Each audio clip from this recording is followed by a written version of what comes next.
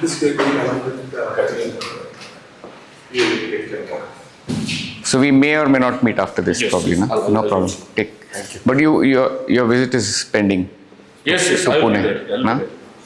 I am supposed to do that. Please, whenever. Yeah. Yeah. Thank you. So I hope it's visible.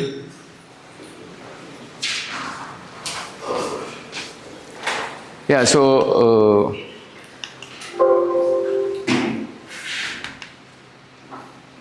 So I'll just tell you some of the projects that we have done until now. All the projects that have been executed by us, and I was asked to speak about some planning aspects in precast buildings. So I'll just show you some photographs. I would like to make this a little interactive. If there are any questions, feel free to stop me when I am this thing. There is no problem, and ask me questions or something. So there are various types of projects these are,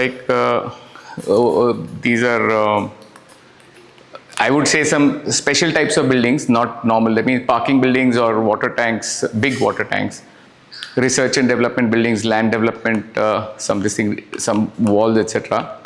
And there are some buildings which are heavy, which have a lot of heavy loading criteria, like data centers, warehouses, and all these other buildings.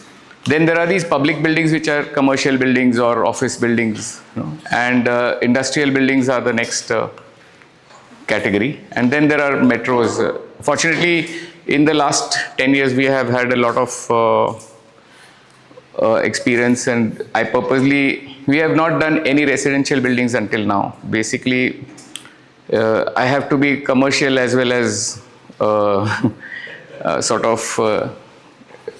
manage the whole this thing. So, I mean, we focused on the areas where people would want to have a fast delivery, because this is a very different game of prefabrication and precast concrete. It's not like conventional cast-in-place concrete. So, like in conventional cast-in-place concrete, you have, for example, a big site, and suppose it's a residential building, and then suddenly there is no booking, then the developer will say, okay, stop. But in prefabricated concrete, I cannot do that, because this is an industrialized method of working. It is a very serious business where it is like a car which is manufactured in the factory, different parts are getting processed somewhere, maybe outside, and then getting assembled there on the site. So it's serious business where, and you can look at all the volumes. Of course, Hyderabad is doing very big. Gurgaon, Hyderabad, Noida, Pune, for that thing. So there was a volume like there has been never any volume before. I've been working for nearly 35 years now in the civil engineering construction business. I was working for 25 years in the conventional method. That means everything is on site. But then there were labor problems, and all these. Now there is a so-called shortage, which is a fact. There are no laborers, but that is because of the different volumes that are now there. These were unprecedented. For the first 25 years in my life, I have never even seen a project which is 1 lakh square feet or 2 lakh. Now we have them in millions.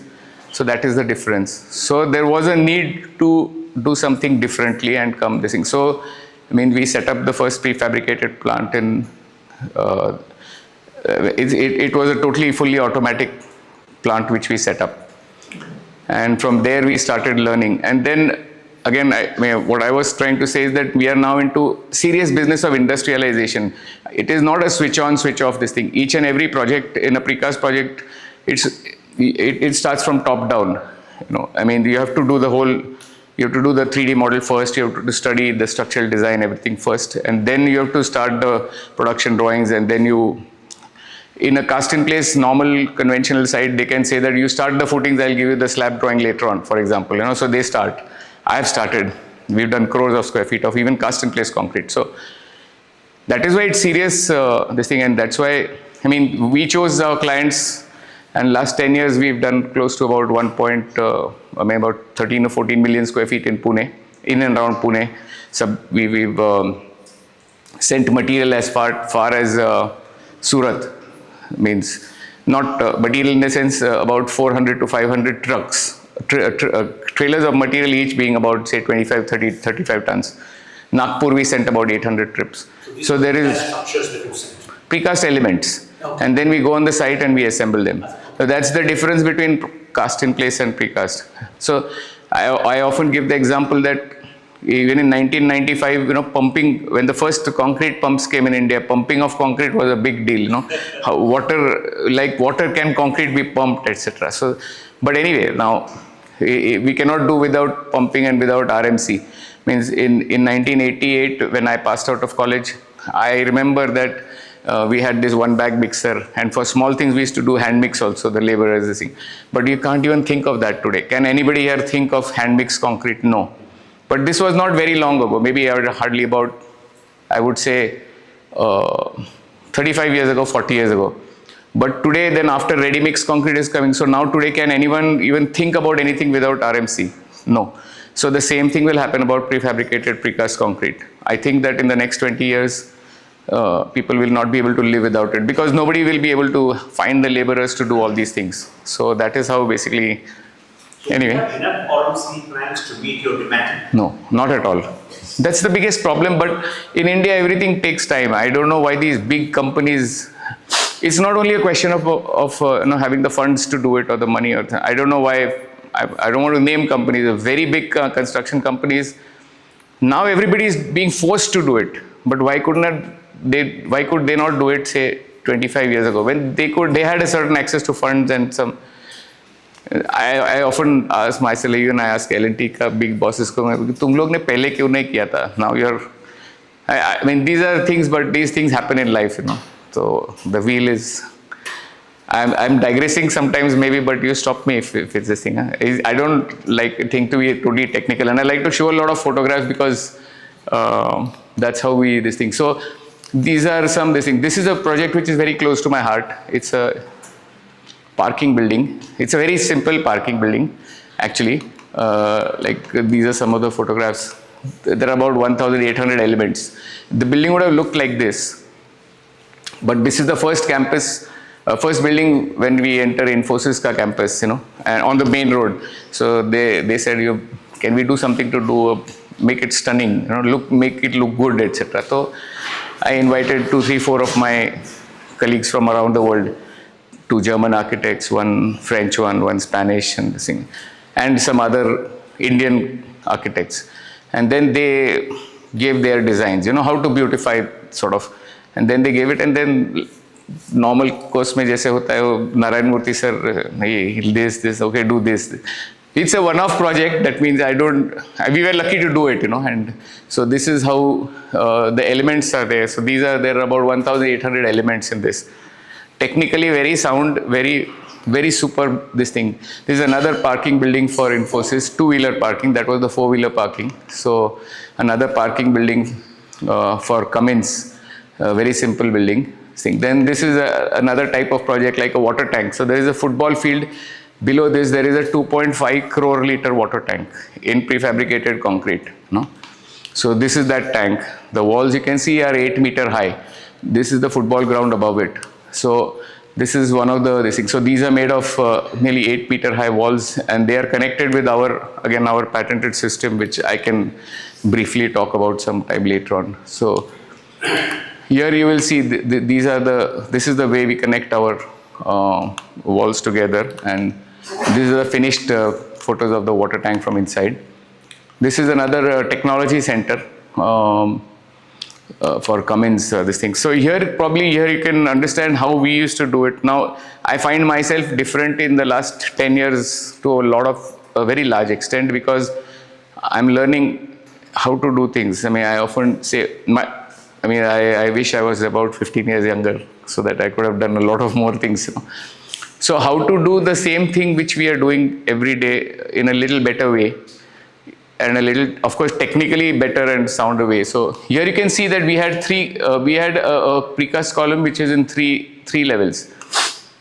This was designed by Professor Spiros Soukantas from Greece. So at that time we didn't have any knowledge generally about column beams. And another thing is that, see, when I was a contractor up to say 2008, we didn't have to think about anything, any structural design or anything. We were just given drawings and our job was to do it as per the size and the reinforcement and the concrete grade given. But now it's different. We have to imagine the structure. And that's how I slowly went into some structural engineering aspects. Maybe, it's fun to learn about structural engineering. So that's how the whole thing starts. So here we started learning, but here, as you see, this column is in 3 parts. Is a single column, but we had left the reinforcement, this thing open over here. And see, this is a beam which is kept. This is a 3-storied column with a corbel. Same one here. We keep the beam over here. We put the hollow core slabs in whatever direction, and then we cast these junctions, and then we go up and do that. But again, all these 3 pieces were prepared together. Together. They were prepared together. No, they were not spliced. It's a single bar of reinforcement. We had to, in some places, we checked the buckling and all, and then we had to have some stiffeners, etc., in the reinforcement, which is done. So, I mean, this was the first project, and we wanted to do it really fast. So, how to make a 3-storied column, and then how will the column beam connect, especially if it's a column beam post-tension, a moment resisting connection, continuous beam. For a simply supported beam, it's no problem. So, I'll go ahead. I'll just show you something. So, again, this was a constraint that this was a big project, and around we were building around it, and this was like one research and development center which Cummins India could not stop working. So they said, can you do something? So then we offered them a solution that we'll build over it. Now this is about 22-meter span, and it is bang in the middle of the city, so we could not get a big 22-meter element inside the city. There are a lot of turnings and small things. So then we had to, fabricate that in 3 parts. So these are single T elements. We joined them on the site. Like this was made in 3 parts. This is 1, this is 2, this is 3. 3 individual parts, we put them on the site and then post-tension them as per the IRC codes and all. And then we used to lift it with this. This is the biggest crane, tower crane in India, 50 ton maximum capacity. And this thing. So this can travel on rails. So along the length of the building, it can travel. So that is, then we lifted, there were some, I think, 350 of these pieces. So 900 of those other pieces. So this was this is again a research and development building. Here you can see an excellent element. This is a V-shaped beam. Now this is from this point to this point, it is 2.5 meter at the top, 8 feet, close to 10 feet. And the depth is 600 millimeters. The span is about somewhere around 22 meters. So you can see, and the best part is this is a shell element. So this is hardly 50 millimeter, 50 thickness of this part, So this is a beam. I'll show you the cross sections later on. But this is a beautiful element. What's the maximum length of the beam? No. This is a beam. It's a beam along with a shell element together. 22 meters is this one for a 600 millimeter depth. From this point to this point, it is 600 only. There are bigger elements with 900 deep. This thing, and obviously they go to 35 meters or something. Italian development and beautiful. So transportation, you didn't have problems, sir? No, it depends. So in the planning aspect, I can tell you some things because it's directly related to the logistics. And actually nothing is impossible. We have transported close to 24, 26 meter, 28 meter elements in Pune. They say that India may transport is a big problem. It is, but then we have to override it now. Everything, we have to find a solution for everything. That's the thing that we have in our mind. So this thing. Now here you can see that the earlier project was done in 2014, I think, 14. We started production in 2013. This is about 10 years ago. So all this has happened in the last 10 years. So now here you can see that we have put a double level column, which is, there is no void over here. Earlier there was a void here, and then we used to put this beam on this corbel, this beam on this corbel, and then we used to concrete this portion. But there always were problems, that how will you concrete, how will you ensure that it reaches to the top. Then we have to have those outlets and to see that the air passes out, grout happens, etc., etc. So that was becoming a big problem, and we were getting slowed down there. So the ultimate requirement of prefabricated concrete was getting defeated: speed, quality, and this thing. So then this is done with the Japanese, our Japanese joint venture colleagues. So this is a full column. There is a sleeve which is going from here through the column and through this beam. We leave a small pocket on this side and on this side, and then we pass the strands on this particular this thing, and we post tension them. So obviously on the top it is post tension for about 65-70%, and similar strands are there at the bottom also, but they are of course only 30 or 40%, because obviously the moment is there at the top. So this is a column beam post tension moment resisting connection. I'll show you the tests which we have done in Tokyo for this particular this thing. It's a very nice this thing. It goes one step ahead of ductility is what they generally say. It's much more this thing. I'll show you some this thing later on. So these are some of those. Here you can see that the V beam, the V-shaped element which I was talking about. This is that element. This is a single T which is 23 meter long. Can you put off this light, please, if you don't mind? Yes, we had this, both these lights will switch on. It will be much better then. I think the pictures will be a little bit better. No, this one. I think there's another switch is here. This side. Yeah, even okay. So this anyway. These are different other some other elements. You know, these are 12 meter high retaining walls. This is a HSD diesel tank yard, etc. These are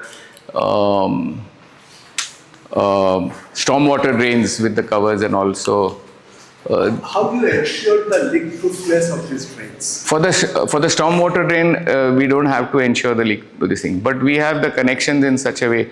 And now I'll show you some other pictures where we have external facades which are fully in concrete, 35-40 meter high, in parts of course.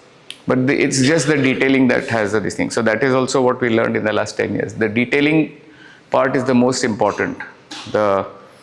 Even though it is a non-structural issue, the detailing is the most important thing. I'll tell you something. What I'm saying is, even in a city like Chennai, we are having stormwater drains being made cast in place. And you can see the poor quality. Yes, obviously. You know, reinforcement tilts and all sorts of debris goes in because of the traffic. Correct. I mean, this type of technology. No, there is no technology in this, sir. It's a very simple element. And this is monolithic. So many people, what they do is they have this separate, and then this, and then there is misalignment, and then all the gaps and all. But this is this thing. Again, here you will find that it is connected with our connectors. And then in between, when you have this nice this thing, it doesn't. But it is not 100% leak proof. Not meant to be. I said the water tank which you saw there was 100%. Obviously, it is a water tank. It needs to store 2.5 crore liters. So it's a different thing. So these are again retaining walls. This is. Who's the contractor for the stormwater drain, if you may say? No. I have produced it myself. Designed it. To whom do you supply? No, this is a big project which we were doing turnkey projects, 300 crore, 400 crore, 500 crore. So in that we need. This is what we have to propose to the client, and the client has to accept it and get it done. For example, if I'm proposing 2 shear walls, precast walls to be connected, and I'm saying I'm going to use them in zone 3 in Pune, then obviously, but we have to get these things checked, corrected, tested. Of course, we are doing some tests, IIT Mumbai and all, so we had got the designs vetted from them, etc. So all the many things. We have worked a lot with Professor Amlan, or even Professor. So anyway, these are some simple compound walls. This is again another building which we had done. So these are data centers. For example, we did a big data center in Mumbai. So here the loadings were close to 3 tons, 2 tons per square meter, and they have the heavy racks on the floors. So now the trend has started changing after COVID. Commercial buildings, office buildings, and all. Because of the work from home and all, it started. Until then, that was our main focus, because everybody like Infosys or like Cognizant Technology, they want everything fast at that time. IT was on fire. So Now, after COVID, then these buildings, data centers, of course, everyone might have heard of them. Data centers are the talk of the town now, and warehouses. So these are some these things. So here you can see 20, 25 meter long What is beams. the special feature of the data center from the structural point of view? That means heavy load, is it? Heavy loads, long spans. Because that is what I'm also now, the next step of my R&D will be for a product. What happens is that they have to store data. When they store data, they have racks. Those racks are very heavy. And then there is a lot of MEP work which is going on inside this thing. There are some photographs later on. So, and the whole economics of that particular building depends upon how many racks you can put inside and how much data you can store, etc. So the things now, this was hardly 1.5 ton. This was about 3 years ago. Now they have started asking for data centers with close to 3 tons per square meter. So the span and this thing. So that's what we gave an advantage to our this thing, that they were doing it conventional. They were having an 8 meter by 8 meter grid. So I said I can remove the 8 meter grid. I can make it 16 meter because I'm using pre-stressed concrete. They use post-tension concrete now, but it's not working very. So this is another data center. Here you can see that the facades which we did are 6 meter by 6 meter. All of these facades. They wanted it very, very, very fast. So within a month and a half, we finished this whole building, including very fast building. So this is an external facade. I'll come to more pictures. Chiller platforms, etc. Normally steel. The project which you were asking is this particular project, where this is the DG building. This is the data center. This is the electrical GIS substation here. And these are the retaining walls which were there. So 12 meter high. This ground is 12 meter high. We had excavated for 12 meters. So this is that particular building. So here I'll show you some pictures later on. I'll take this as a case study later on. So then you can see that there are these transformer walls. Then there are trenches coming out and going to all the transformers, etc. So basically everything is in prefabricated concrete. I'll show you. These are big spans of this thing. Here you can see that the facade is all concrete, because what happens is that they don't have time. See these, you can see the precast trenches here, all going inside and coming from this electrical. So these facades are all externally cladded. Otherwise we do the structure fast and then we waste time in the masonry, plaster and all external scaffolding. Again, their laborers are required, laborers are short, and etc., etc. So that is the biggest problem. So this is the one of the best thing that we have done until now. Externally, we clad everything with concrete. These are some trenches and all. This is the latest building that we are doing. So this is a warehouse, and here the loading is again 4 tons. We have a project coming up in Mumbai. The loading is 6 tons per square meter, 6 tons per square meter, and the span is 12 meter by 12 meters. So that is how we start giving something new to the people. They want more, and then it's possible if we have the particular depth of the beam and particular other things. So this is the latest. Now here you can see that this is the third type of connection that we are doing for a column and a beam. So here you will see that there is no post tensioning between the beams and all. But this is what we are doing, Professor Meher Prasad and all the other people. So this is again a full column which is casted, and then this beam is over here. For example, you can see this corbel, there will be a beam coming from here, and then we will be sliding the bars. There is a beam coming from this side and from the other side. So we are sliding the bars from this beam through the column and into this other beam, and then grouting them so that, so same, these are the bottom bars, this is the top bar for this thing. Similarly, for example, you can see that the walls are also connected from this side.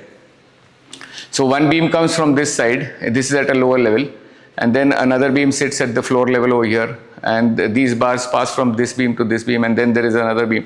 So the detailing part in this is most important. So this is the third type of column beam moment resisting connection that we are doing. So this is another structure which we have done for one of the Chitale Bandhu. So they are famous like Haldirams in Maharashtra. So again, this is a warehouse, some public buildings. This is for capital land. Here you can see the mess that we are in. This was 5 years ago. where all these walls were cast in situ. This thing, we had not come up with our patent, and we had not done enough studies. Obviously, it's only 10 years now. So you can see that this precast structure is close to 3 stories above. And there is a huge central core which has got 36 lift wells. So imagine the amount of cast in place walls and all. So you can see the shuttering coming here, then you need a crane in between here, you need this crane to do this concrete, etc. So that is the difference between conventional work, and if you try to mix, and all this is all prefabricated concrete. So but the speed is lost. So that is the reason. See here, you can also see that this is going up very rapidly, but all this is left over. This is this thing. At one time we had 7 cranes on this particular site. So this is the World Trade Center, another very simple building, another office building for Cummins. Then here means when this was given to a conventional contractor, because this was the second year of our business and they were not very confident whether precast could be done in time. So they gave us 2 towers of 8 floors. So when the conventional building was at the 2nd floor, we had finished 8 floors here. When they came to the 5th floor, this floor was completed, and this building, the glazing had started. And ultimately when they reached this thing, in 7 months, they completed this building in close to 10 months, and in 7 months we had completed both this, and 3 floors were occupied. See, the advantage is that basically I can build the 1st, 2nd, 3rd floor in the factory and keep it there. That is what I mean by industrialization. I can keep it there, and then even when the excavation is going on, and then when I send it, so then my slab to slab cycle time is my installation time only. So that is the advantage of. So this is how this was particularly done. So these are just some photographs. This is another lightweight concrete facade that we had tried out. So this is a single. So this is a element which is kept in 2 parts. This is about 6 to 8 meter long, and this is the 2nd part, and then there is a beam, there is a regular column beam frame inside this. So this is again the detailing where we don't have too many connections, the joints outside, and then the joints are in such a way that the water cannot travel in against the joint. So we have a step there, etc., etc. So some new things that we are doing. These are industrial structures. This is our own factory when it was being built. So these are 25 meter long rafters. Normally it would be when we say PEB, people think that it is a steel building, but PEB means pre-engineered building. So it is a concrete pre-engineering is also possible. So that is what we are doing now. So this is our factory, fully automatic system and all. This is another elements are, what is the roof element in this building? In this building, it was steel, because when I built the factory in 2012, I did not have the V-shaped beam. But you saw the V-shaped beam there. So that is now replacing the truss, the roof, the purlins, everything. So it's a very light element. In terms of cost, how will you rate this? No, we are actually at par, or we are even lesser than the steel buildings. That is why we are getting, I'll show you some other pictures. There are a lot of other industrial structures which we are doing. No? This is another industrial structure again. So here, this is a 10 meter by 10 meter facade which we have done on the site here. So all these fins and all are also in concrete. The architect wanted something special. So this is the structure like inside. This is just sprayed with concrete. So there is no plaster, there is nothing else. So this is a north-light structure. This is the main rafter. This is the beam. This is the main column.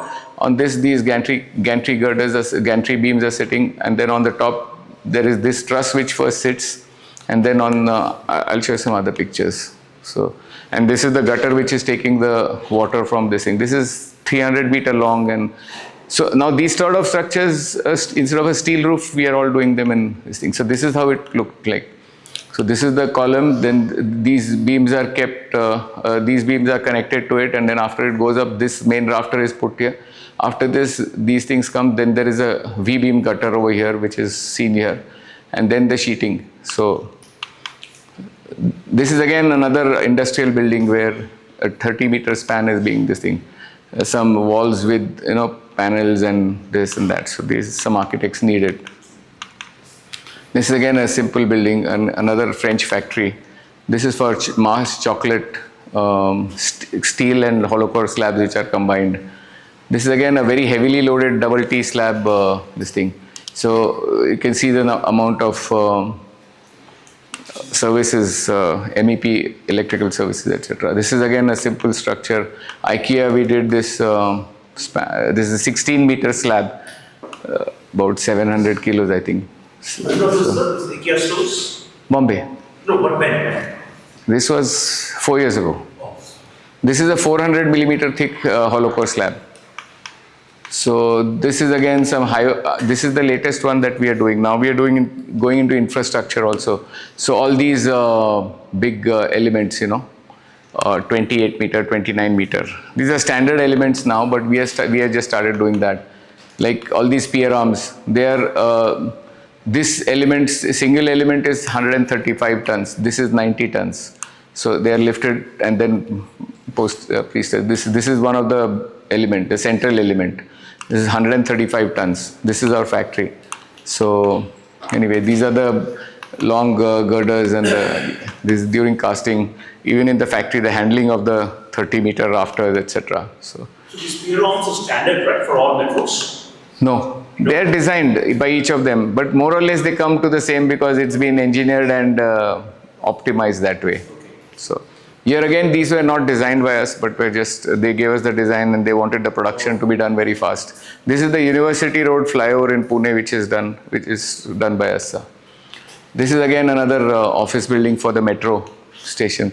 Cooling towers, this is a new trend. So you can see the cooling towers, they do it in steel, concrete, and it's very difficult to have concrete at this particular locations. So here you can see that the concrete over here, the shuttering, reinforcement, concrete, safety, it would have been a big problem and it would have taken a lot of time. So we did this in close to 2 months, I think. So this is in Surat for ArcelorMittal, some photographs of those cooling towers. So anyway, these are some examples. I'll take a case study later on, depending on, I don't know how much time we have. And so this is our factory, for example, a factory which is a central factory supplying to all these things. These are off-site these things. So 10 meter by 10 meter single panel, obviously I cannot transport to the site. So I have to produce it on the site itself. So these are some of those things. Then this is another one which we had set up on the site, a batching plant and gantry cranes and all those things on the site itself. So project planning depends upon the, first thing is the logistics, where the project is located, the roads around the thing, because mostly everything works on the crane planning. So that is important. Then the roads which are coming to distance is important.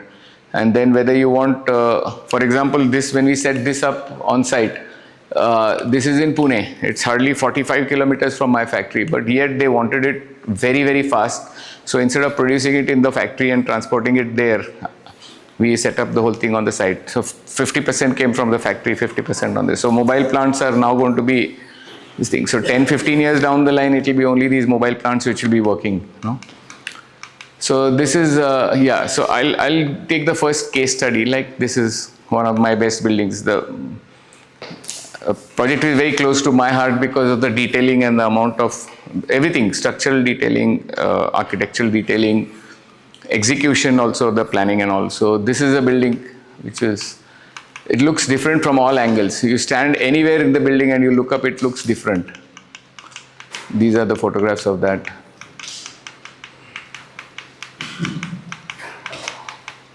So these are some of the, these were the architectural features. Inside it is just a plain building with a 16-meter span, double T 16 meter, and these are 10-meter beams. Obviously here the beams are not continuous, they're simply supported on this thing. It's taken on a different, I'll show you the structural framing later on. So this is during the construction. Now if you see this particular part, for example, so the structural framing over here is such that there is a column. So for example, this is a column, there is another column here. This is a spandrel, the main beam on which these facades are fixed. So this is the mock-up that we did in the factory. So it's like, this is the spandrel element. There is a column on this side and there is a corbel to this column. So there are bars over here which go inside the corbel, in the sleeves kept inside the column and in the corbel and grouted. Then on this side we have a notch where we have a plate coming from the column, and this is slided through the columns vertically. And then this is the element which is about 7 meter long and weighs about close to, I think, 4.5, 5 tons. So the way we did it was that you can see this sleeve here. The next element will come on this side. So this is the first element. There is an insert through this which goes through there is a similar sleeve here. So through that the bar passes, and on the other side we have bolted it. So it acts like a couple. So basically there is and over here what this corbel is monolithic with this particular spandrel element. So that is taking all the shear. And then when this element will try to come out, this will go in tension basically, and then this portion will abut against this particular spandrel. So it's an action. But the most important part is you can see here that this is one sleeve, the second sleeve. So we do not have any tolerance. The sleeve is 40 millimeter, the bar is 20 millimeter. So only 20 millimeter of tolerance we have to, so this was this was one of the first projects that we can see the column at the corner. I'll show it to you in some this thing. These are the plates which are kept inside the column. This is the corbel for the column, So this is what I was explaining, is that this is the column, corbel. The spandrel comes inside, it sits here. There is a bar, a plate which is coming through the column. There is a slot in this, it sits over here.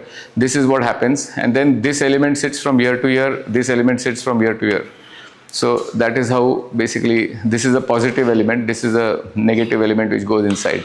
So these two elements are separate elements. They sit on this part. That is how they are attached to this thing. And then they are, so you can imagine that in this, how much is the tolerance and what is the accuracy level which is required. So that is why we achieved this, and that was the best thing without any this thing. So for example, the detailing at the corner of the column, So you can see there is a slope over here also. So this element sits inclined over here. And then over here there is a bolt, and there is a insert, a threaded bar coming from this, which is coupled over here. And then this element is pressing this element down, sort of. So you can imagine that if this has to come out, it has to jump out like this. I mean, it's not also straight. It has to come out. Anyway, there's lots. Technically, I'm not going to technical details, but there was a lot of. Here you can see it much more. See this element. So each and every detail is playing a part of the whole this thing, And I don't know if I am asked to do the same building again. I don't know whether I have the time and the patience to do that. But this was one of the first projects. So learning it at that time, then it creates your mindset much more for this next this thing. We had, see now this facade, if it has to be put here and here, you cannot do it because the crane rope will foul. So then we had to make a balancing this thing and then move the element inside, etc., etc. Lots of things. This is the crane, which is the 50-ton crane moving on rails. This is the structural arrangement in general. At that time, we used to do 2 columns. Then we used to have reinforcement from them. Then we used to tie this and cast this in place, etc., etc. So when we look back at some things, yeah, I mean, we have done it, but then I could not do this for another 10 buildings. So that is how we had to innovate and we had to do something better. This is a double T beam symbol element after it is colored, staircases, etc. So here again you can see that this is one spandrel from the top, this is the next spandrel, and then this element is sitting in the air, sort of. So how is this designed, sort of? So I showed you how this element is connected here, correct? At the bottom, on the spandrel. Now this element has got a sleeve over here, and this element, this particular element has got a dowel which comes here and it is grouted here. Okay, so it is sitting over here. When it goes up, this spandrel over here has got an insert plate to which we have a particular bracket here, and in this bracket we have 2 bars coming from this particular element, and they are tightened from inside. So again, here we are creating the same couple, sort of. So that is how this is detailed. And the best part is here, this element from the top, it is designed in such a manner that this comes and sits on this. So it will not be able to. These joints will perform under earthquake loads, loads. It has been calculated and they have been analyzed. They have been certified and checked by, I think this case was done by the IIT or I think, I'm not sure, Bombay. But there are regular calculations for all these things which are done. So. Because these, whatever the detailing, will satisfy the 3920 guidelines. Yeah. Other special guidelines will be there. Yeah, basically there are 13920 and whenever, since there was no precast code or the same, we used to rely on the ACI or the PCI or the Euro codes and all those other things. Because I'm not a structural designer, by the way. I'm just a civil engineer, but now understanding a little bit of structural things to this thing. So, but everything, I mean, this was all done, checked and verified and all those things. So, I mean, but if you're really interested, you can come and see the design, how the model was made, the STAT analysis, ETAB analysis and this and that. So, all the things, how it behaves and everything was done this thing. Sorry. So, yeah, so this is so here you can see again that basically this, and this design was done by Professor Spiros Sukantas. You may be knowing him, right? You might have. Yes. He's passed away, unfortunately. I was very lucky. 3 years he was in my factory. He was in my factory for 3 years and I learned so much. He was the main person who really developed that thing. Because at that time, Greece was not in a good state. 2010, 11, 12. They were in a big problem. So I met him once at a conference and then he said, why can't, I said, I'm just starting a factory. So he said, I will come. I said, please come. 3 years he was with me. This is done by him particularly. And beautiful detailing. That's why we could do it. Otherwise, I don't think we could have done it here with anybody else. So here you can see that this is that particular bracket and then from here, there are 3 dowels coming in, tightened from this side. And then this element is casted in such a way that again, this is holding it down. So a lot of, see from here you can see that this is the one on the spandrel. So from here there is an insert, 2 rods which are tightened from inside. This is this thing, and then this is the corbel, taking the shear. There's another rod over here, and then this element is grouted into this particular thing, and then over here it is held inside. So and then this element is pushing it down. So anyway. This is a second case study generally, like for an industrial building, like these are the panels. This is the same building which I was talking about. So here you can see that they wanted everything in concrete, even the pergolas and the inspection window and this, everything was in concrete. This was a very nice site. We casted everything, the facades on the site itself. Those fins were like attached to this. Yes, they were basically dowelled into the beam, and also there were different ways. There was a beam because this span, the height had to be controlled. So there were slots which we had kept in the beam, this particular beam.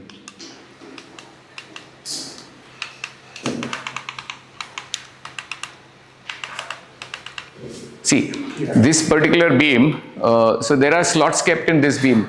And there are slots in this beam, 1, 2, 3. And if you see properly, they did not want anything in between. So there is a very, very thin steel member, which is also like a clamp or something. And that is going in this direction. So the depth is in this perpendicular to this column in this direction. So that is how we held it at 1, 2, 3, 4 locations. And here it is going inside, if you see. So this is the gutter after it was finished, etc. These are the casting the dowels on the site, the facades on the site. This is another example of, on site we had this big crane where we fabricated all the 30-meter, the rafters for 30 meters. They were all casted. This is the expansion joint. This is the site which again I was talking about. This is the capital and SEZ. So in 12 months, we finished close to 1.6 million square feet. That's why we had set up a factory on the site. They wanted it very, very, very fast. They had given us only 10 months. We said 12 months. Cast in place would have been 26 months. So that is how. So here you can see it's 1 lakh square feet is one floor plate and 16 floors. So here you can see again the same thing, that how we were bogged down with all the cast in place. So from there we said that we cannot do this again and again and again for the next. For one thing we managed it somehow, but not otherwise, So this is the basement. The basement walls were also fully retaining walls, 2-floor basement, fully waterproofed, etc. Everything. This was what was casted on the site. So here you can see the mess. So there are laborers going here and there. There is heavy lifting going on all around, shuttering material, this, that. So these are the things which we have to experience to understand them and then come out with a solution. And then, so now we have this, now we are never doing these things. So these walls we are doing with our own patent, and now that patent is being tested in Germany. Germany is not seismic and all, but yet even the big companies in Germany are interested in buying the patent, because they said that if they can reduce the cast in place work in Germany, though it is non-seismic to a certain extent, then they said that is what we really want. And then with no forces that way, then it's very easy, sort of. So that's why we are doing it in Germany, in Aachen University. Once we get the stamp from the Deutsche Institute of Bautechnology, DIBT, then it becomes like any other product which is ready to sell.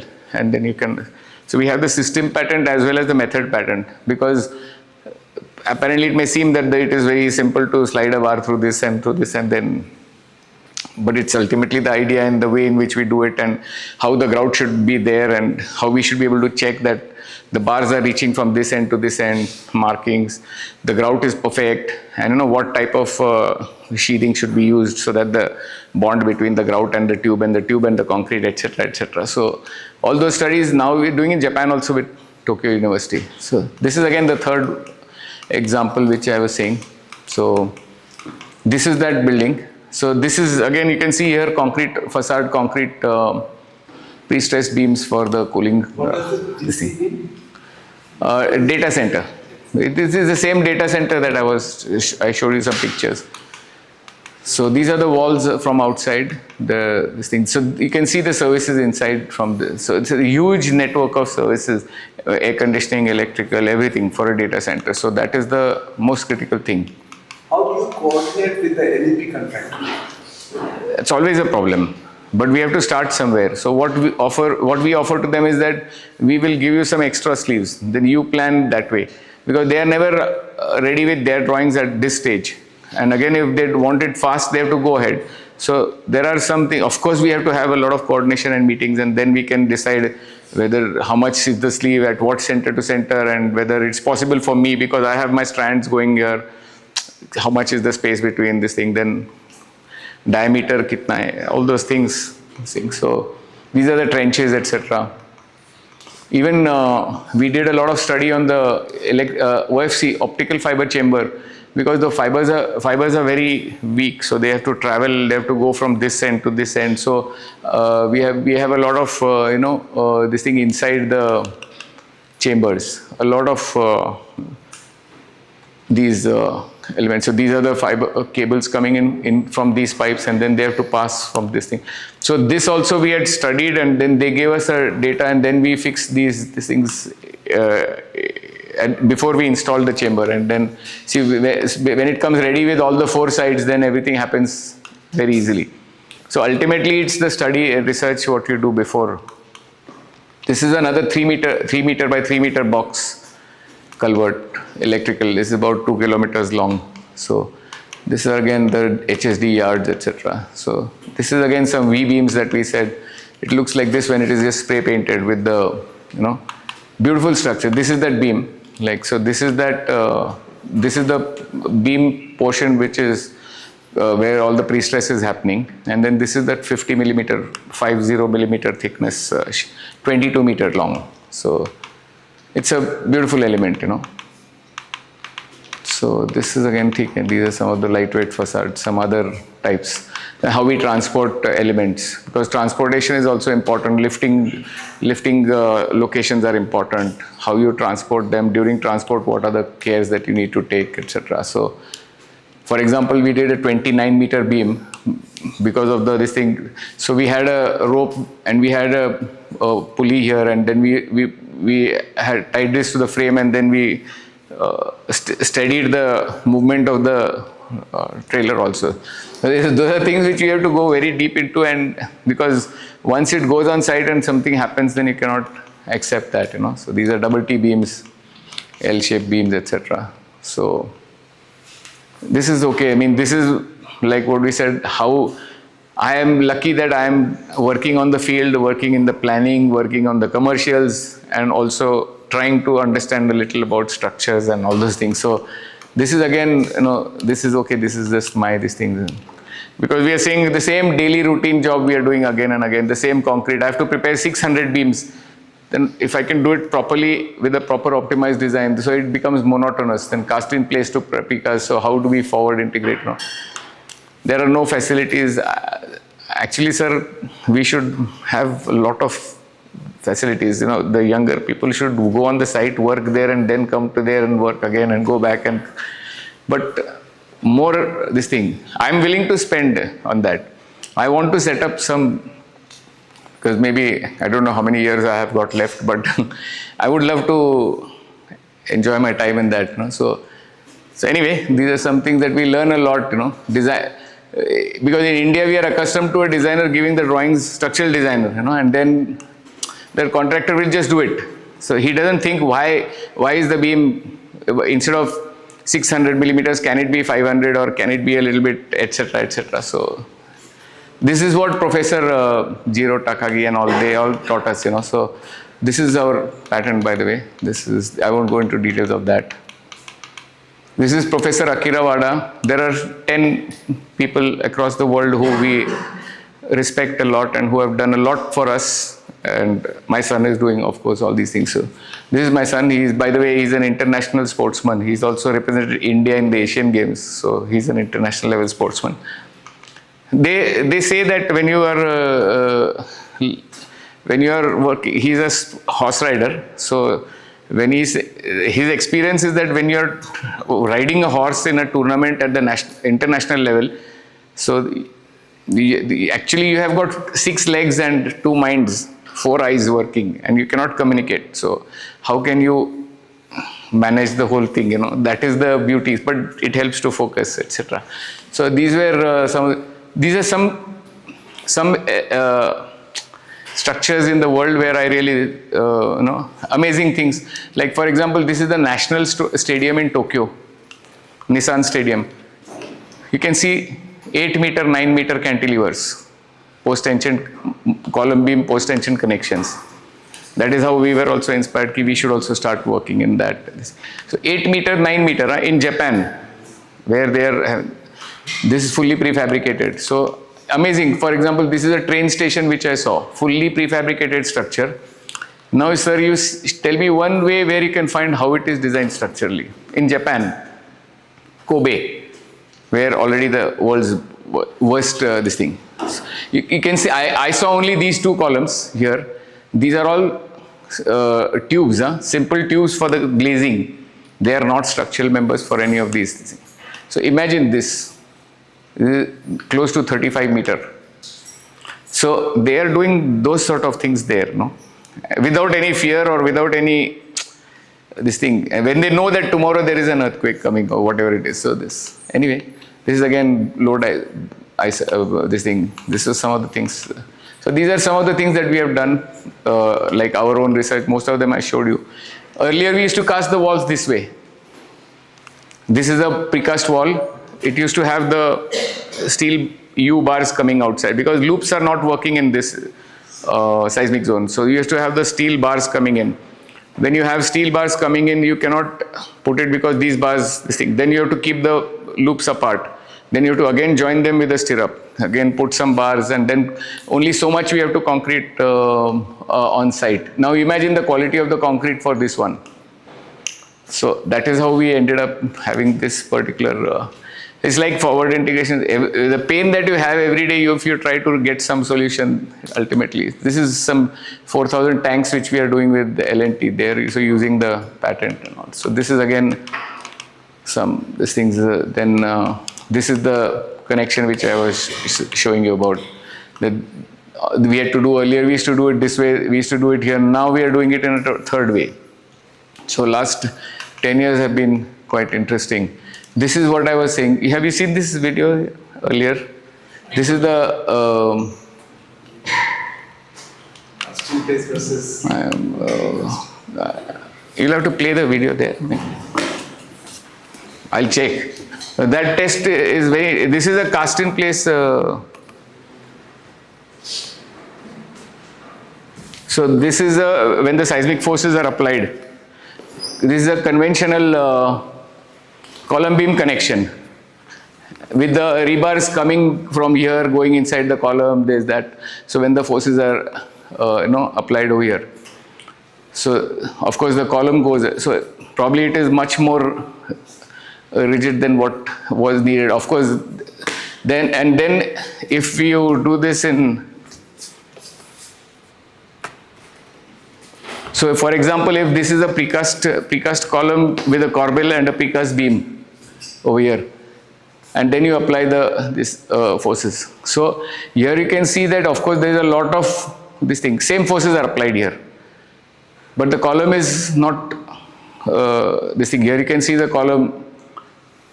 So this is all the damage that happens. But this is sort of we can retrofit again the later. So here there are the strands working like this over here, and they are allowing the whole this thing. So technically I don't know much more than this, but this was very good, like what we Heat did. is forming in the beam, not in the car. Sorry? The heat is forming in the beam, not in the car.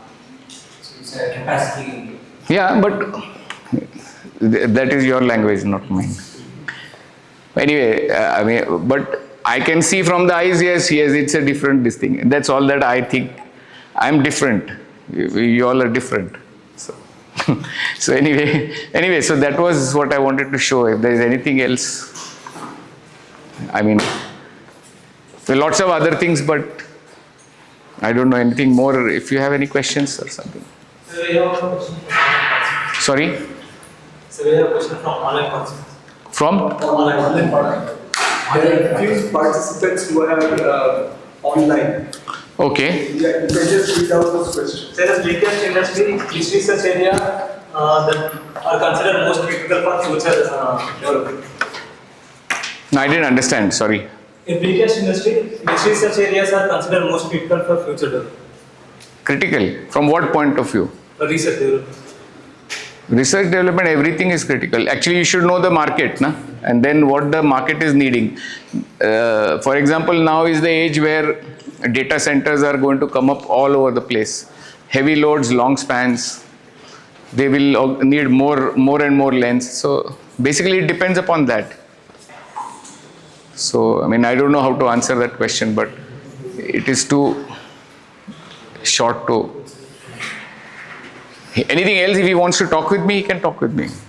So research and development happens in different areas. You cannot just say only one particular. And basically there are many applications. The applications will decide what is critical or what is not. Today what may be critical will not be this thing tomorrow, relevant tomorrow. Because like I was saying, we designed a data center for 1 ton per square meter now, just a year and a half ago. But now the people there want to put 2 tons, 3 tons, they cannot. So the next data centers are going to be, they are saying design it for 4 tons. So if anybody comes anytime, but I think after another 2 years, that will also get obsolete. Every day the technology is changing. Yeah. Actually, the construction quality is kind of help us okay, but whatever the design we do it accurately. But the quality lies with the level, in the level. And if you have the big probably knowledgeable help level straight. After you going to hold the labels and try the labels actually for this particular No, I beg to differ. See, the same laborer is working on the site. The same laborer is working in the factory. But in the factory, the system is designed to make the system stronger. In a factory, there is only one place where reinforcement happens. One place where formwork happens. The pallet comes to the reinforcement station, you put the reinforcement, it goes to the concrete station. Only one station. On site, you have cast in place, you have everything happening all over the place. That is the difference. And when I have a concreting station there, I have got vibrators, mechanical vibrators. I don't have to look into it. Or another example is a hollow core slab, for example. Hollow core slab, if it is casted and it does not collapse during casting, that means that the concrete is of a good quality, obviously because of the zero slump. There's no water, it's a zero slump. Second test is when I detension it, when I apply the pre-stress, when I cut the strands and the strands don't slip. I know that that much of tensile stress is gone inside that particular slab. So it is in a way a check, which can never happen on site. On the site nowadays, I have worked as a contractor 25 years. Nowadays, the supervisor don't even go on the third floor. They don't even want to walk up. 20-story buildings. So imagine what is happening. Na? So factory product is a factory product. It is there. Of course, the controls are there. We have to have a quality control in the factory, this, that. But then when there is. So If I come across a erection, so you have some water, please. Yeah. Sorry? if I come across a erection of something, yes, different. So probably skill levels of the layers are much more required than the service load. See, the difference is that the installation riggers and the other people are much more skilled and they have to be selected. So in a way, they are better than engineers or us people, because they know physically what is happening. So even though he may not be branded as a skilled this thing, he is in a way skilled. That is the difference. So indirectly, we are working with a lot of skilled people. People who are doing the same job, who know how to do it, but they have to apply themselves. You can't expect this from migrant laborers and every day changing this thing. That is why we ran away from that cast in place thing and we have come into precast now. Your factory crew and installation crew are separate. Yes, production team is separate, the installation team is separate, transportation team is separate, QC team is separate, everything.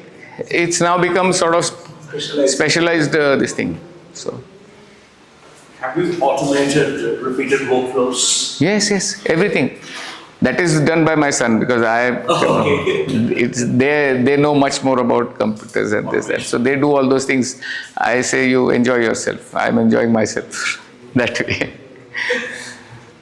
Okay, good. So